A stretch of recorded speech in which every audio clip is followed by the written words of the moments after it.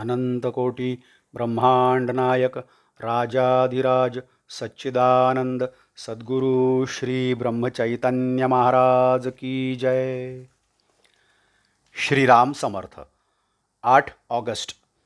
समाधान ही आंतरिक सुधारणेची खूण आहे। प्रपंचात काय किंवा परमार्थात काय, काही पथ्ये पाळायला लागतातच। नेहमी राम करता ही भावना मनात जागृत ठेवा। शोक, चिंता, भीती, आशा, तृष्णा ह्या सर्व राम करता म्हटल्याने नाहीशा होतात। ज्या अर्थी त्या अजून नाहीशा होत नाहीत, त्या अर्थी रोग कायमच आहे असे म्हटले पाहिजे। तरी आजपासून ह्या घटकेपासून नामात राहण्याचा निश्चय करा आणि राम करता ही भावना दृढ करा। कुणी आपल्याला बरे म्हटले की तेवढ्यापुरते बरे वाटते, ते समाधान म्हणता येईल का?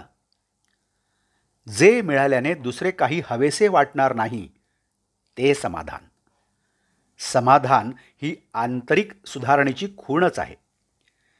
ते मिळवण्यासाठी प्रपंच सोडण्याची जरुरी नाही।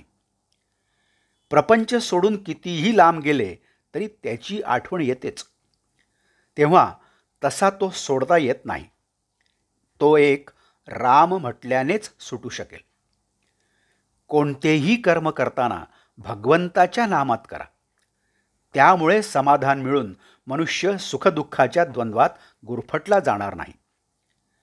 जो कोणी स्वतःचा उद्धार करून घेईल तो खरा ज्ञानी, काही न करणारा हा खरा अडाणी होय। वासनेचे परिणत स्वरूप म्हणजे बुद्धी होय। जी बुद्धी बंधनामध्ये काम करते ती खरी स्वतंत्र बुद्धी होय। बंधनाला न जुमानता मनाप्रमाणे वागणारी ती स्वैराचारी बुद्धी होय। वासना नष्ट होणे म्हणजे देहबुद्धी नष्ट होणे होय। प्रापंचिक मनुष्याला विषय टाकता येतील हे शक्य नाही। त्याचे विषयाचे प्रेम रक्तात इतके भिनले आहे की ते काढून टाकायला सूक्ष्म अस्त्र पाहिजे।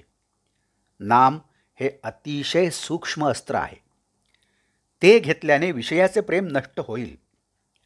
खरोखर थोडा मनापासून निश्चय करा। तो परमात्मा फार दयाळू आहे। तो खात्रीने आपल्या निश्चयाच्या पाठीशी राहील। दोष न पाहताही जो दुसऱ्याला जवळ करतो तो दयाळू खरा। भगवंत अत्यंत दयाळू आहे। त्याच्या नामाच्या सहवासात राहिल्याने देहावरचे प्रेम नष्ट होईल आणि देहावरचे प्रेम नष्ट झाले की संसारावरचेही प्रेम कमी होईल आणि आपल्याला सर्वत्र राम दिसू लागेल। प्रत्येक जीवाची ओढ चिरंतन समाधानाकडेच असते। ती ओढ परमेश्वर प्राप्तीनेच पुरी होऊ शकते। ही प्राप्ती व्हायला अत्यंत सुलभ साधन जर कोणते असेल आणि त्याचा सतत सहवास जर कशाने लाभत असेल तर एका नामानेच। ज्याने नाम हृदयात अखंड बाळगले त्याला सर्वत्र परमेश्वरच दिसेल। इतर साधनांमध्ये उपाधीमुळे थोडी तरी चलबिचल आहे, नाम हे स्थिर आहे। हे भगवंताचे नाम आवडीने घ्या, श्रद्धेने घ्या, मनापासून घ्या। आजचे बोधवाक्य। अखंड नामस्मरणात राहा, किती समाधान राहील। जानकी जीवन स्मरण जय जय राम। नमस्कार। आपण या चॅनलला अजूनही सबस्क्राईब केलं नसेल तर कृपया सबस्क्राईब करा। आपण या चॅनलला लाईक करा, शेअर करा। आपल्या काही प्रतिक्रिया असतील तर त्यासुद्धा द्या। धन्यवाद।